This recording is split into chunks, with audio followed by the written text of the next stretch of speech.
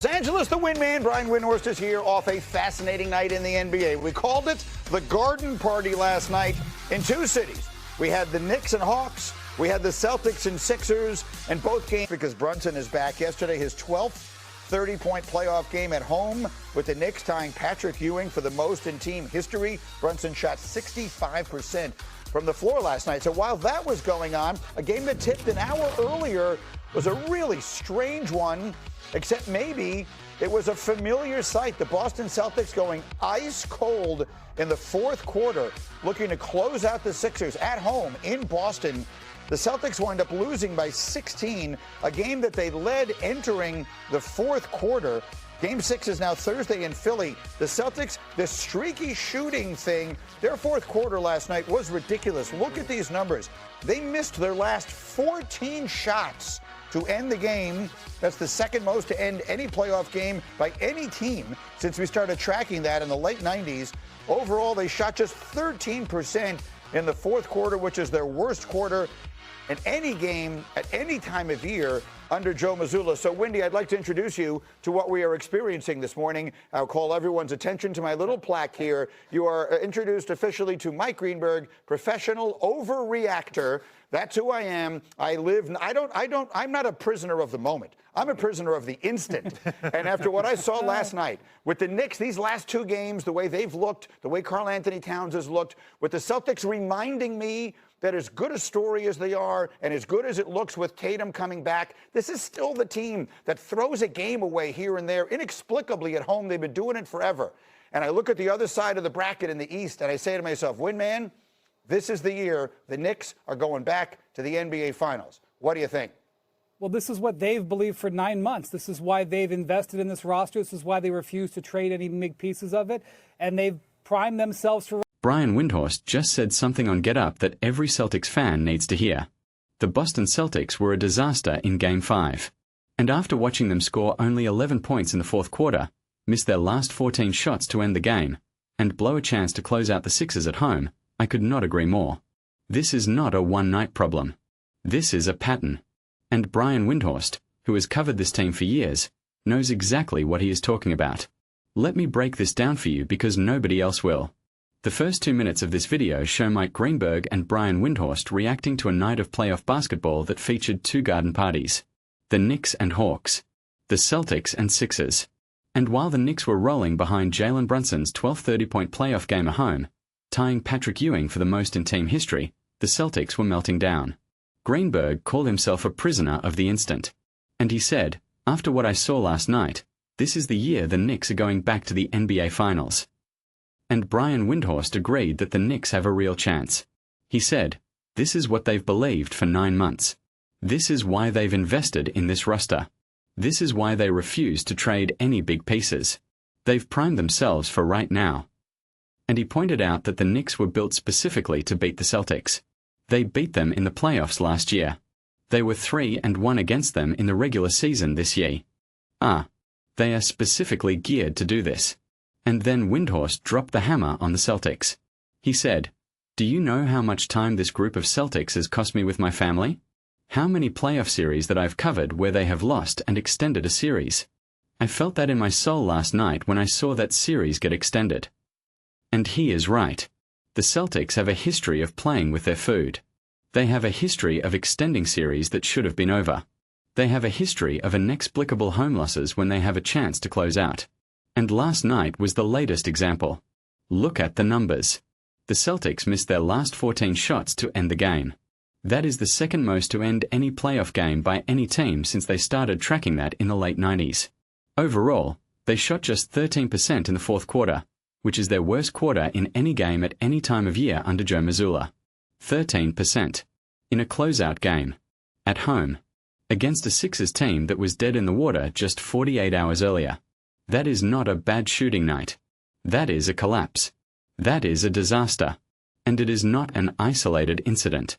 As Windhorst said, this is who the Celtics are. They extend series.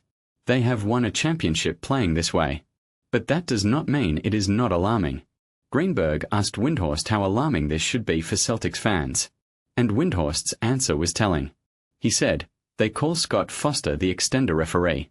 He's got nothing. On the Celtics, who are the extenders? They extend series. This is what they have done in this era.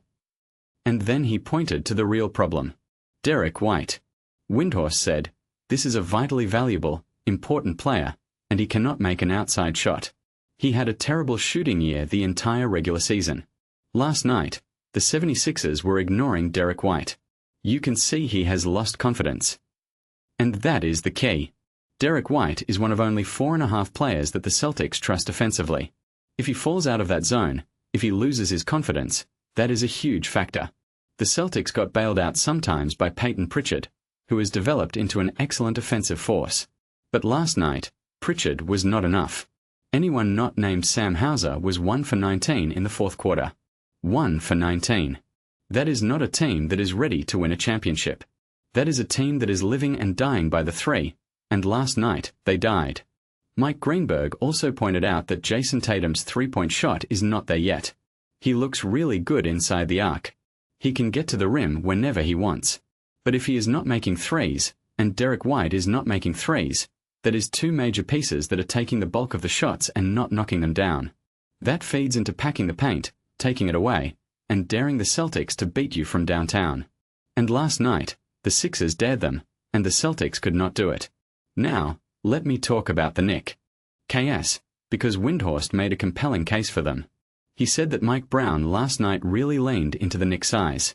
He started playing the jumbo lineup of Karl-Anthony Towns and Mitchell Robinson together. That lineup will serve them well for stretches against Boston, because Boston can play small on the inside. This is where the Knicks can have an advantage. Windhorst also said that if you are going to beat the Celtics, you need great play from your wings, which is OG Anunoby and Mikal Bridges. Last year, that was a difference maker. And Anunoby was awesome last night, rebounding the ball, scoring the ball, defending. You also need giant performances from Karl-Anthony Towns. Now, Windhorst did point out one concern. He said, Brunson had 23 shots. Karl-Anthony Towns had 7. Nope. Not going to work. That is all well when everything goes good, but they have got to get Towns more involved in this offense. He is shooting 60% in this series. You have got to pull the Celtics' big men out. That is going to be important. And he is right. Towns is not looking as much to shoot as he is to facilitate. Give him the ball in his hands and let him be a playmaker. He loves that. And if the Knicks can do that consistently, they can beat the Celtics. Windhorst said that if the Knicks play the Celtics in the next round, he would favor Boston, but it is going to be close.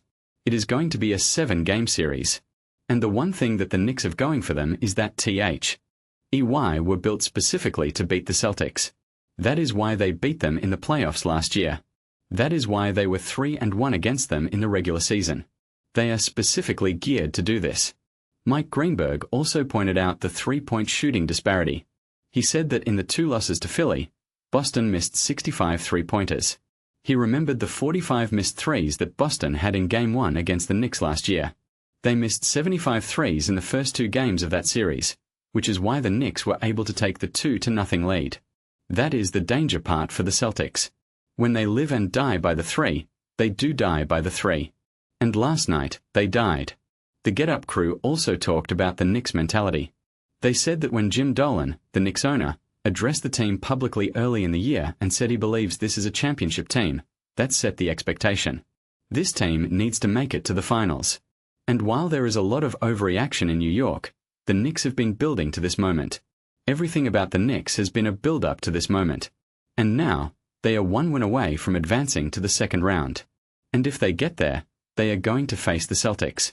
And the Celtics, after last night, are vulnerable. They are shaky. They are not the same team that everyone thought they were. Derek White has lost confidence. Jason Tatum cannot hit threes. The offense dries up in the fourth quarter. RTR. And the Knicks have the size, the wings, and the game plan to beat them. Windhorst said that he does not have hotel reservations in New York for June yet. He is researching. But Greenberg, who lives in New York, offered him a room at his house. And that might be a good bet, because the way the Celtics played last night, and the way the Knicks are playing right now, New York is going to be the place to be in June. The Knicks are going to the Eastern Conference Finals. And the Celtics are going home. Subscribe to the channel if you want real NBA analysis. Not the narratives. Not the Celtics are still the favorites talk. Just the truth about a team that cannot close and a team that is built to beat them. And comment below. Do the Celtics close out the Sixers in Game 6? Or do the Knicks knock them out in the second round? I read every single comment. Now let me know your thoughts and get ready for Game 6.